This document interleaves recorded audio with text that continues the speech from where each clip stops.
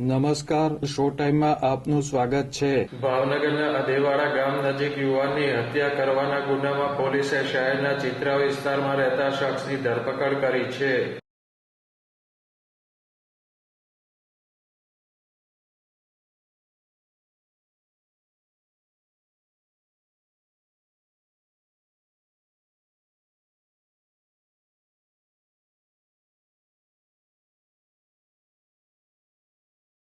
અદેવાડા ગામમાં રહેતા મથુરભાઈ હીરાભાઈ પરમારનો શંકાસ્પદ હાલતમાં બાવળની ઝાડીમાંથી મૃતદેહ મળી આવ્યો હતો.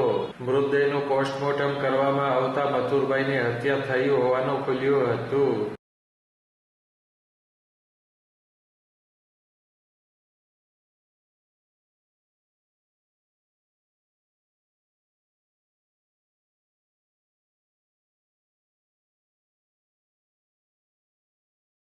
આ ઘટનામાં બનાવ સ્થળ નજીક મળી આવેલ બાઇકના આધારે પોલીસે તપાસ હાથ ધરી હતી અને મથુરભાઈની હત્યાના ગુનામાં શહેરના ચિત્રા વિસ્તારમાં આવેલ પટેલનગરમાં રહેતા રાજેન્દ્ર ગોબરભાઈ સોલંકીની ધરપકડ કરી કાયદેસર કાર્યવાહી હાથ ધરી હતી.